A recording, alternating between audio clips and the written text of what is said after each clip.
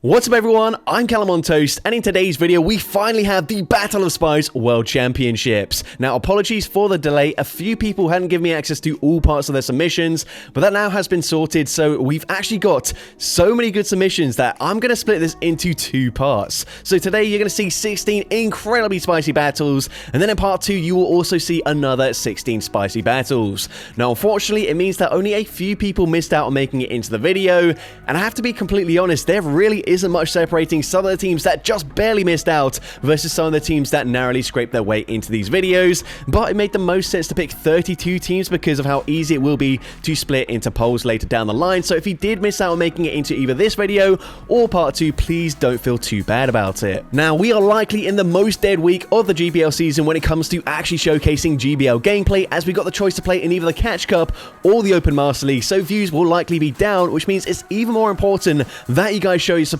if you enjoy this type of content and leave a like on the video, and also subscribe if you haven't done so already. I'm less than 100 subscribers away from hitting 34k subscribers, and that seems like a bit of an arbitrary milestone, but honestly subscriber growth has been a lot slower recently, so any milestone will mean a lot to me. Also, if this video can hit 400 likes within 24 hours, I will be releasing part 2 tomorrow. Now for anyone unfamiliar with the Battle of Spice, it's a competition that I host for my subscribers in the Go Battle League, where the aim is to win with the spiciest and most unique team you can possibly put together.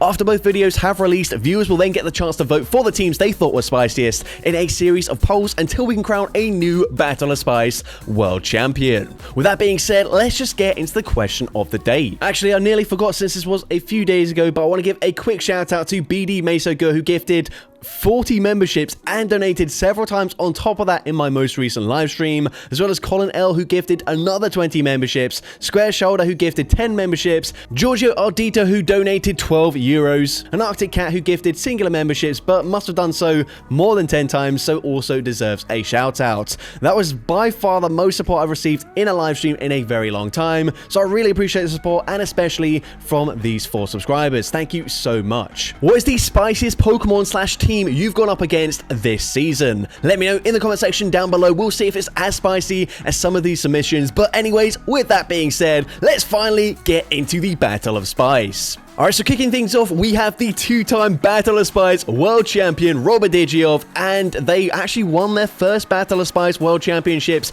with a triple level 50 Ghost team. So, actually running it back, got some new members for the team though. We are going to see a Ghost mirror match here as we lead into Dusclops, and by the way, both Pokemon here in this lead matchup having costumes, you can barely see it, but this Pumpkaboo does have a tiny top hat on the left of its head there, but we are going to shield there. We are now going to look to throw on CMP once again, winning CMP, going for foul play, and foul play gets the KO.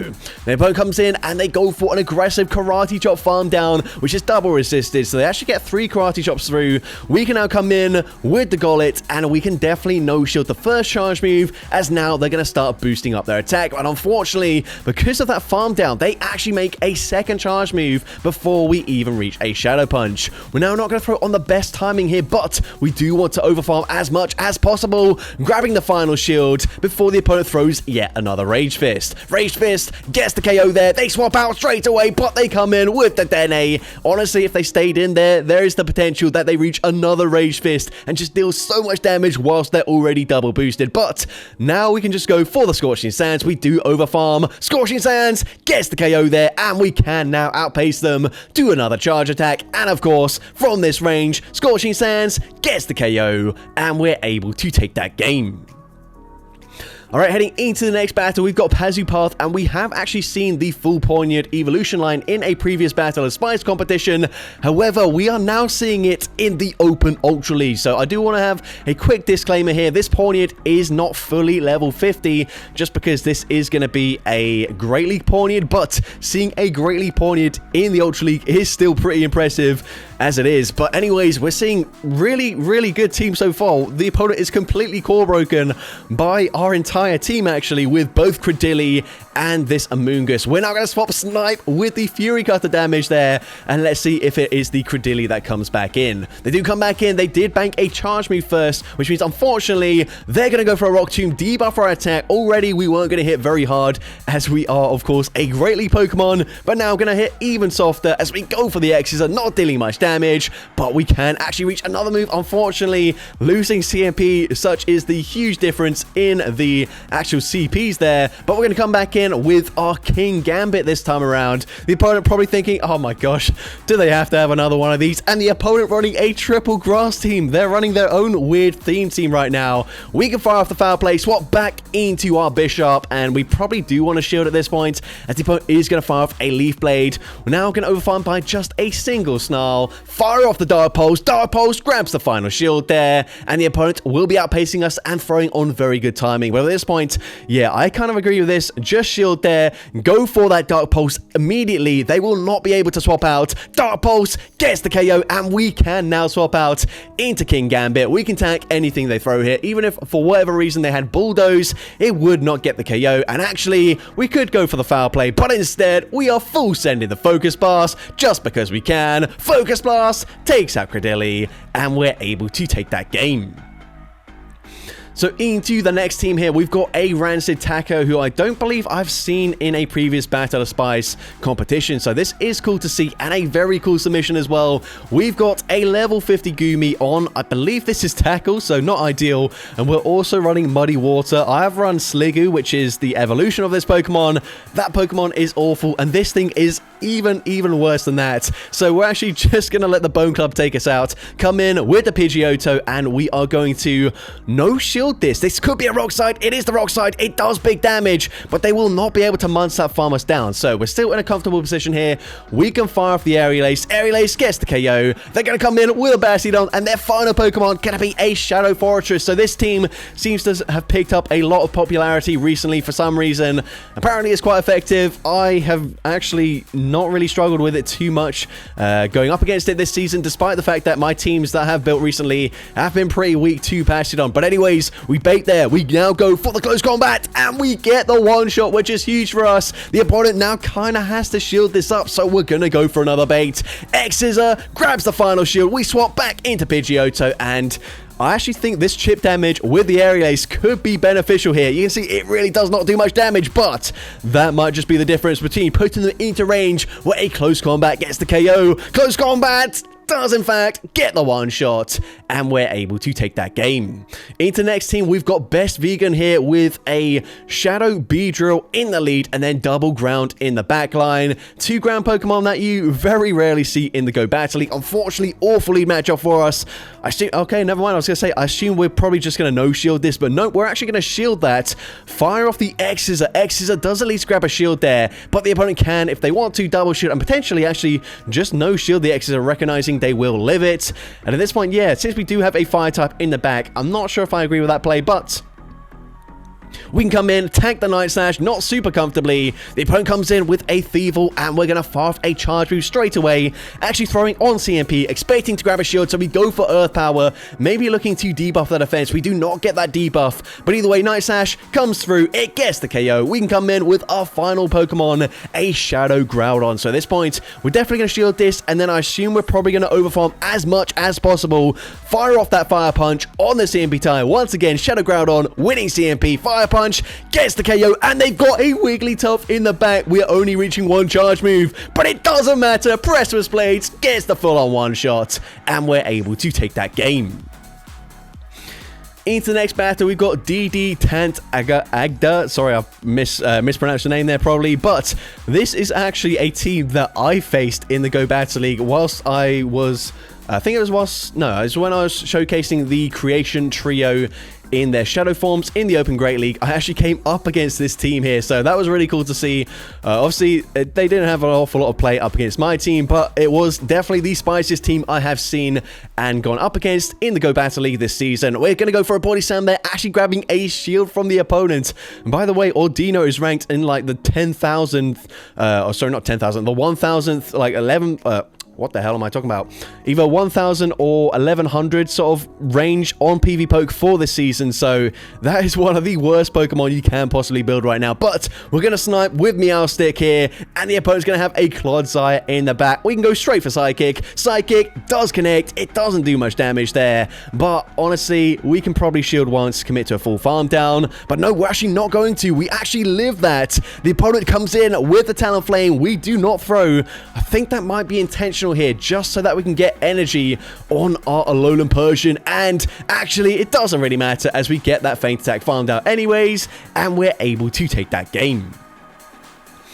Into the next battle, we've got Anders the Wise, who is running a triple shadow team here, running some noise hole, I guess we'll call it, with Loudred and Exploud in the back. We are going to Safe Swap, and unfortunately met with possibly the worst Pokemon we could see here in Morpeko, a Pokemon that completely dominates all three Pokemon. We've got only resisted fast moves to throw. We're going to go for Disarming Voice. Disarming Voice is, of course, going to grab a shield here. The opponent does not throw on very good timing, though, so that is a plus for us. They fire off the Aura Wheel. We are now going to go for 1 Astonish and throw that Disarming Voice number 2 straight away as soon as we get there. Disarming Voice does grab both shields, but honestly, can we even take out the Morpeko at this point? The opponent fires off another move. They go for the Aura Wheel, once again boosting up their attack. We're going to come in with the Loud, but we're actually on bite. We get that resisted farm down, and they're going to come in with a Quagsire. Now, the opponent is going to fire the charge move straight away. The opponent going to go for the Aqua Tail, which does decent damage.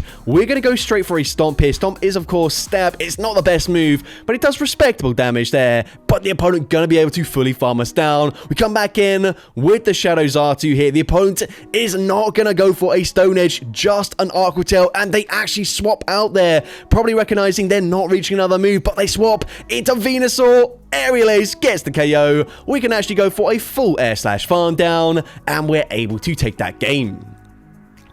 Into next team, we've got Furret2122, who's actually running a team in the Open Master League, and we see a Virizion here. Honestly, I have never seen Virizion in the Open Master League. I personally don't play Open Master League anyway, so I wouldn't see it, but I've never seen in any, like, video that anyone else has showcased, apart from maybe a Home/Henry video where he showcased specifically a Virizion.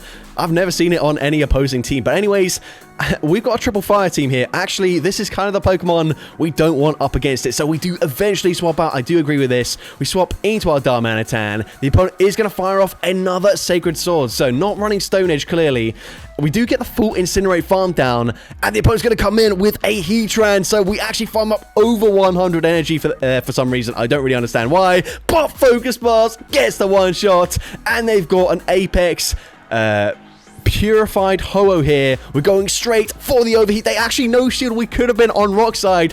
That could have done incredible damage there, but at this point I think the opponent might just be giving up here. The opponent is actually just going to concede the match there. That was a crazy game. But into the next battle, we've got Rage DC 2005 running a triple dog theme team here, picking up a great lead for us into a Shadow Giratina. The opponent's going to Safe Swap into a Shadow Lapras.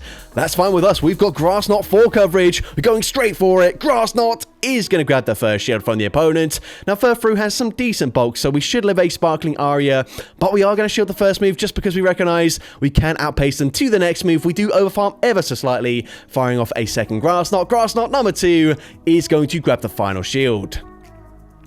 Now, at this point, they might actually outpace us to the next move here, so we're going to shield, but they do actually get to yet another Sparkling Aria. So at this point, of course, Furfrou will be going down, but we can come in, go for a Fire Fang farm down with the Houndoom before they reach another Charge Sheave, and they've actually got Matang in the back here, so we're going straight for Flamethrower. We are not messing around. Flamethrower gets the KO. We're now going to swap straight away into our Lycanroc, and we are going to deal big damage with the Sucker Punches. No one Charge Sheave should be taking us out unless they have Shadow Force, but that's not enough energy for it. We can now just go straight for Drill Run. Drill Run takes out the Giratina, and we take that game. But into the next battle, we've got Naveen Joseph here with another triple XL team here. We're going to lead with Stuffle into a Dugong. So this is actually probably a decent matchup for the Stuffle if we can land a superpower. But we're actually going to bait, presuming the opponent will shield the first move, which they do, of course, as now they can go for an Icy Wind, debuff our attack. But that's okay with us.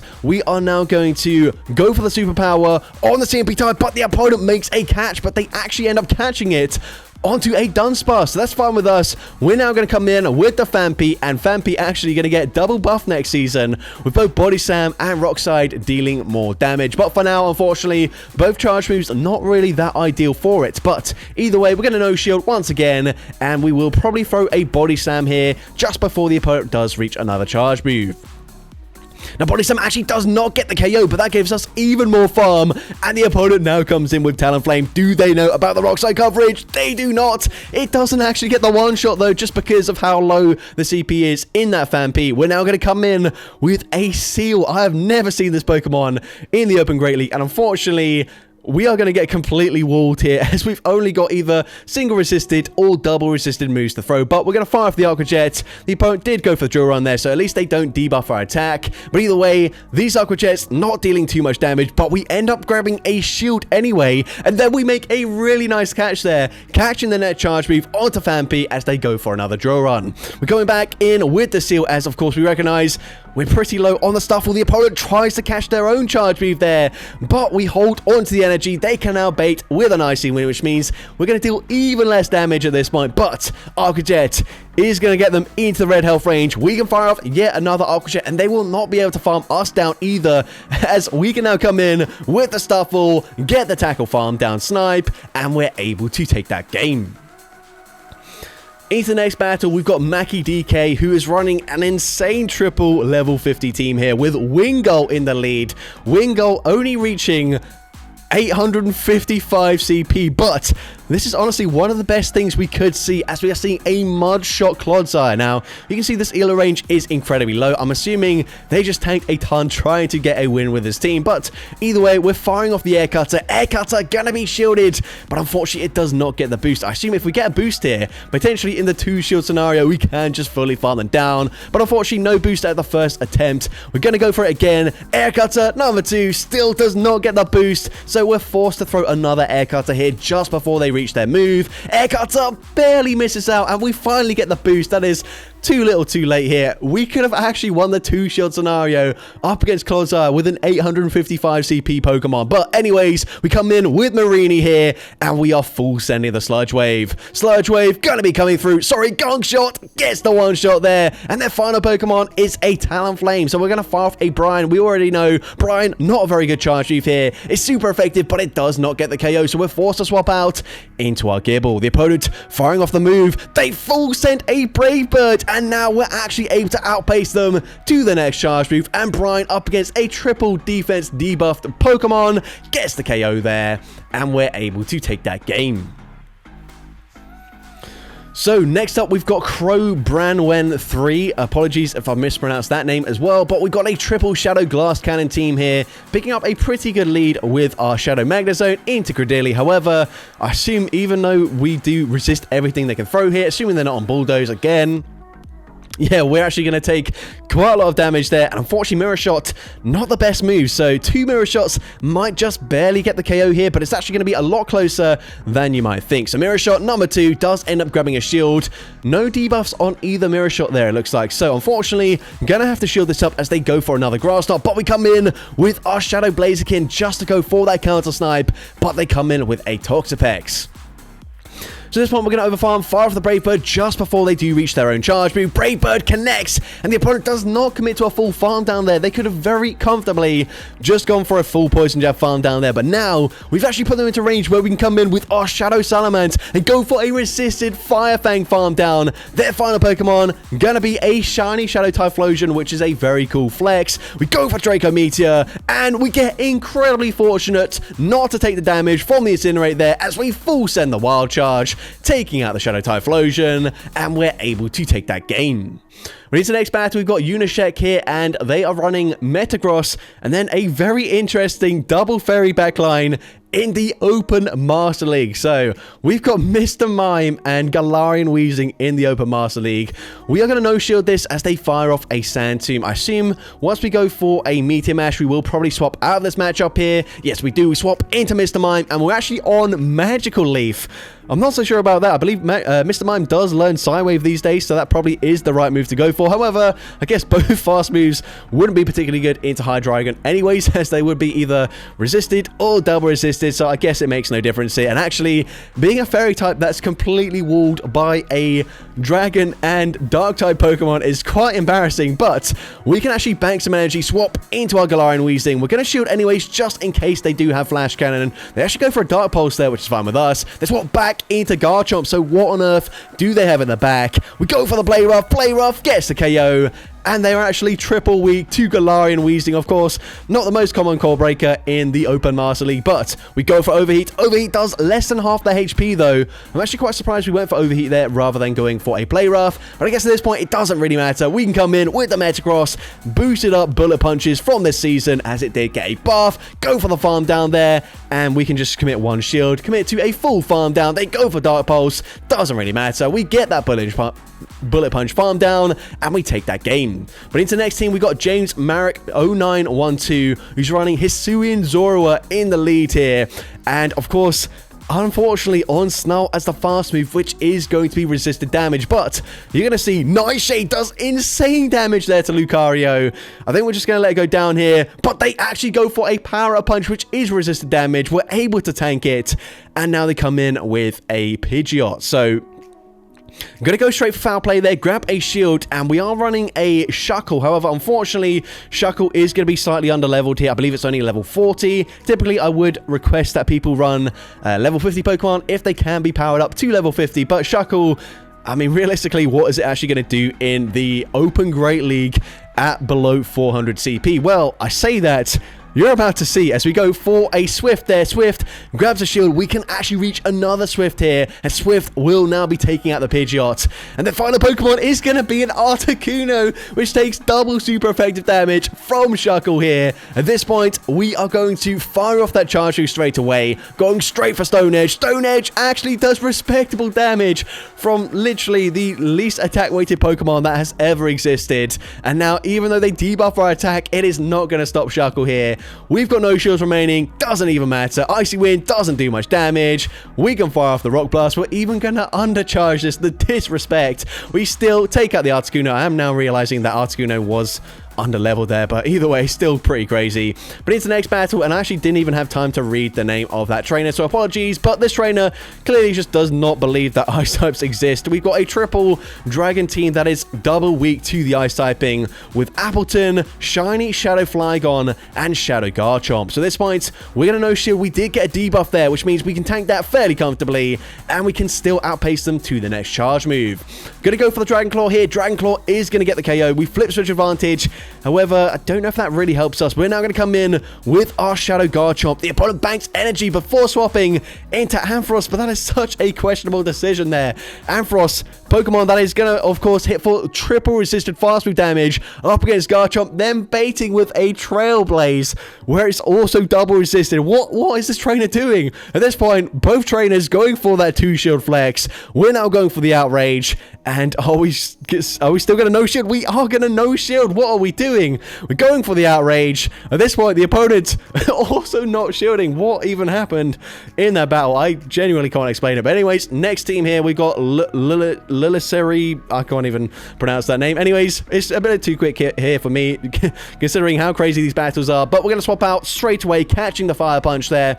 Honestly, I maybe would have stayed in with that Shadow Galvantula just to debuff them, because now, unfortunately, Shadow Groudon, which is kind of like a Diggersby at home situation here with that Fire Punch coverage for a Ground-type Pokemon, unfortunately can't really do much here, as Fire Punch, yeah, it doesn't do much damage. We don't commit any shields there. And remember, we do also have a Shadow Magnezone in the back. So either way, we're going to come back in, go for Lunge. Lunge actually gets the KO from that range, and they're going to come in with the Dene. So we're going to go straight for a Cross Poison here. Probably not going to be expected by the opponent.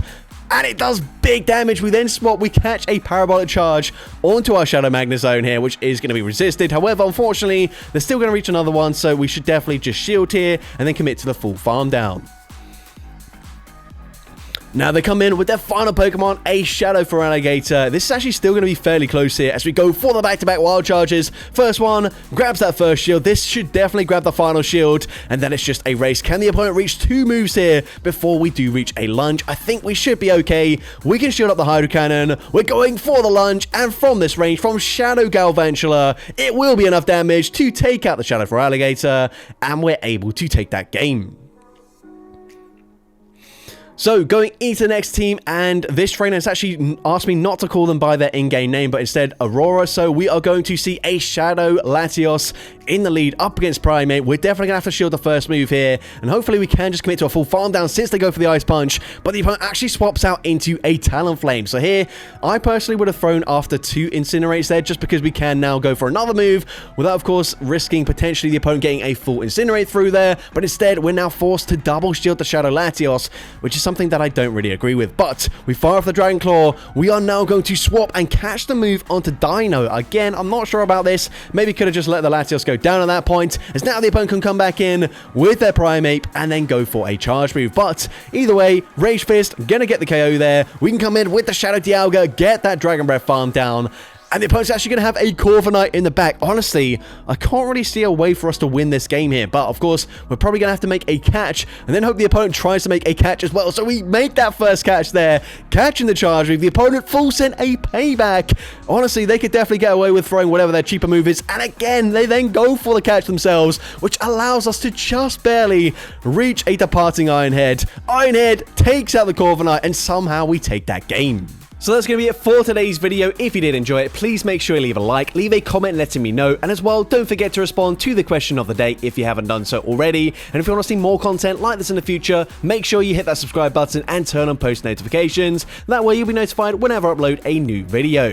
Now, if you want to take your support to the next level, you can become a channel member with perks including early access to new videos, shoutouts at the end of each video, custom loyalty badges, and custom emojis to use in the comments of every video. I want to say a massive thank you to everyone that has become a channel member already. Your support is greatly appreciated. And with that being said, thank you so much for watching today's video, and I hope you have a great rest of your day.